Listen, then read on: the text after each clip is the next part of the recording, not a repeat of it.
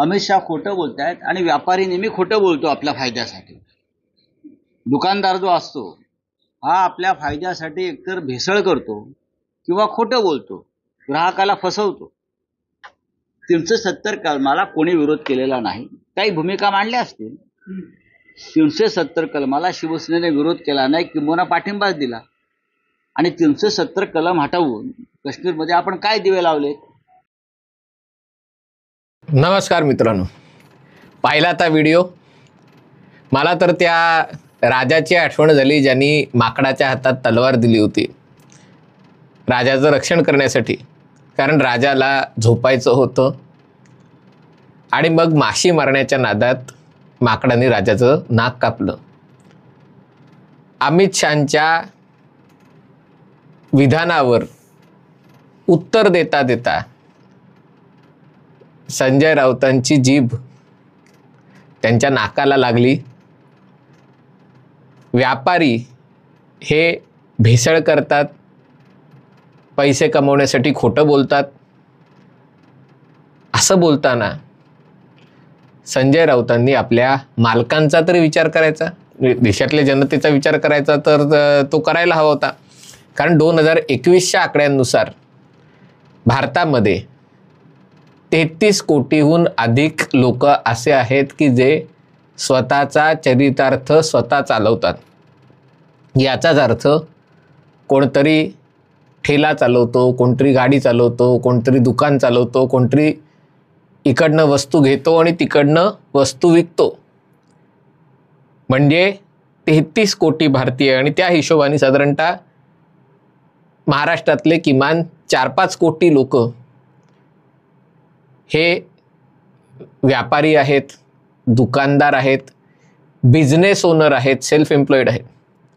आणि हे जर सगळे चोर असतील, खोटारडे असतील, खोटं बोलणारे असतील तर त्याचा निवडणुकींवर परिणाम होऊ शकतो का? अर्थात हे भाजपच्या हातात आहे की ही बातमी, हा व्हिडिओ कशा प्रकारे व्हायरल करायचा, कशा प्रकारे चालवायचा.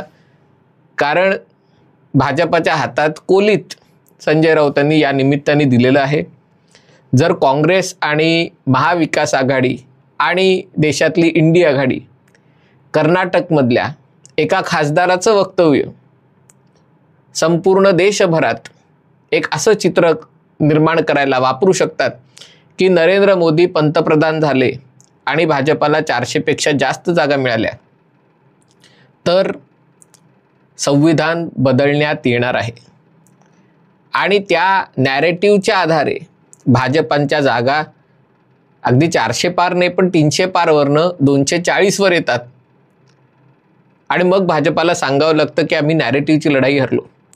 इथे नॅरेटिव्ह तयार करायला संजय राऊतांनी भाजपाच्या हातात कोलीत दिलंय. हे कोलीत देताना खरं तर त्यांनी विचार करायला हवा होता की ते जिथे संपादक आहेत, म्हणजे आता राज्यसभा खासदार आहेत अनेक वर्ष आणि त्यामुळे ते सार्वजनिक क्षेत्रात काम करतात, लोकांचे सेवक आहेत. जसे उद्धव ठाकरे लोकांचे सेवक आहेत विधान परिषदेचे आमदार म्हणून. पण लोकांचे सेवक होण्याआधी जी संपत्ती त्यांनी कमावली, काहीतरी मला नक्की आकडा माहिती नाही पण 140 कोटी वगैरे काहीतरी संपत्ती उद्धव ठाकरेंनी कमवली.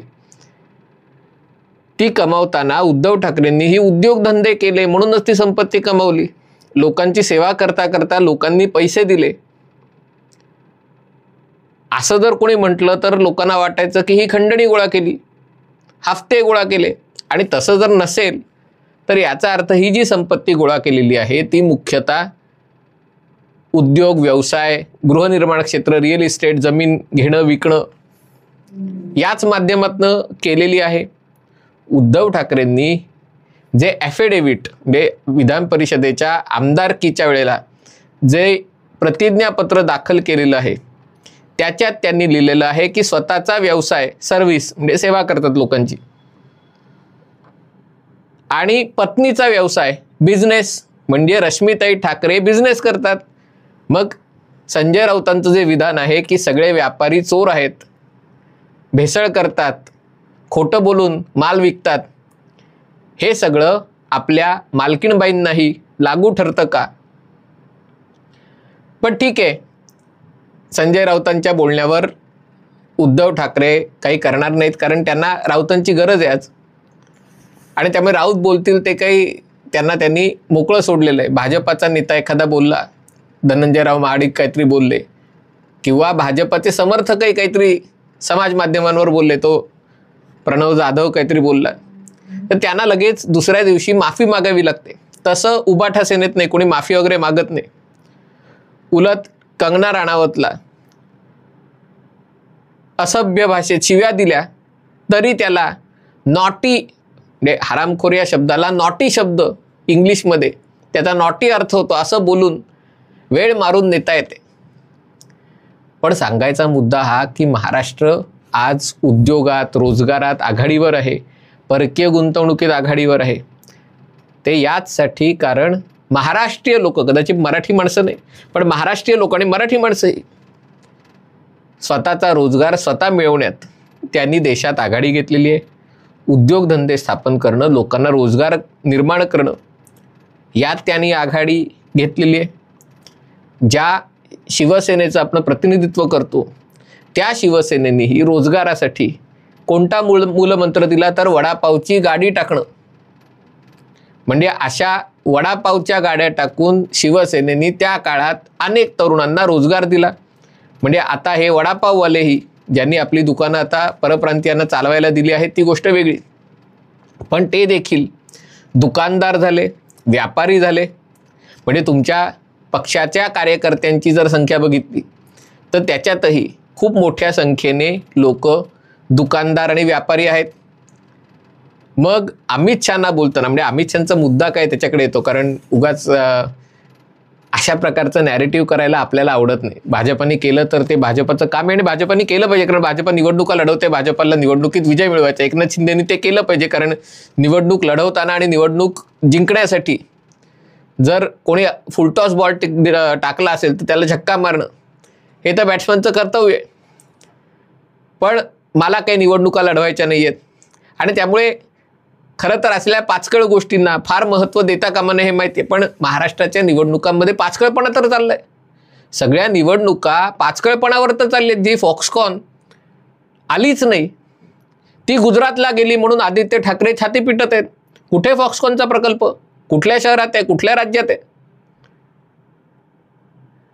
पण काही झालं की महाराष्ट्रातले उद्योग गेले, महाराष्ट्रातले धंदे गेले, हे पळवलं ते पळवलं. या सगळ्यावर जर महाराष्ट्राच्या निवडणुका चालू आहेत तर व्यापारी आणि उद्योजकांना चोर म्हणणं, लबाड म्हणणं, खोटारडे म्हणणं, या आधारावर हा व्हिडिओ, हे वक्तव्य घराघरात जाऊ शकत नाही का?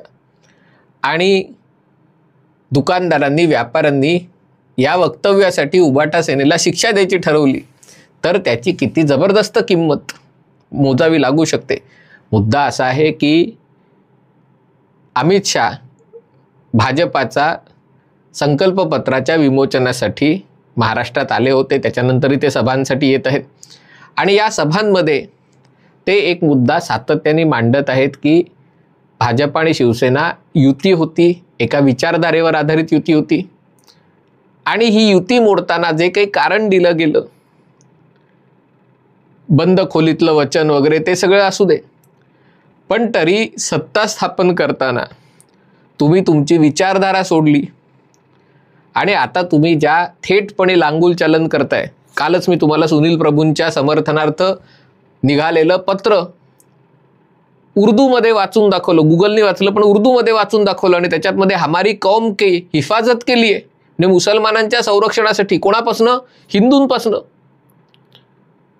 मुसलमानांसाठी कशा प्रकारे सुनील प्रभूंनी कामं केलेत हे मुसलमानांच्या पत्र वाटून जर आता उबाटा सेना सांगत असेल आणि त्याच्यावरती बेशरमपणे बाळासाहेबांचा फोटो लावत असेल तर याबद्दल अमित शहा टीका करणार नाही तर कोण करणार? कलम 370ला शिवसेनेने पाठिंबा दिला होता तेव्हा, कारण तेव्हा ते भाजपाबरोबर युतीत होते.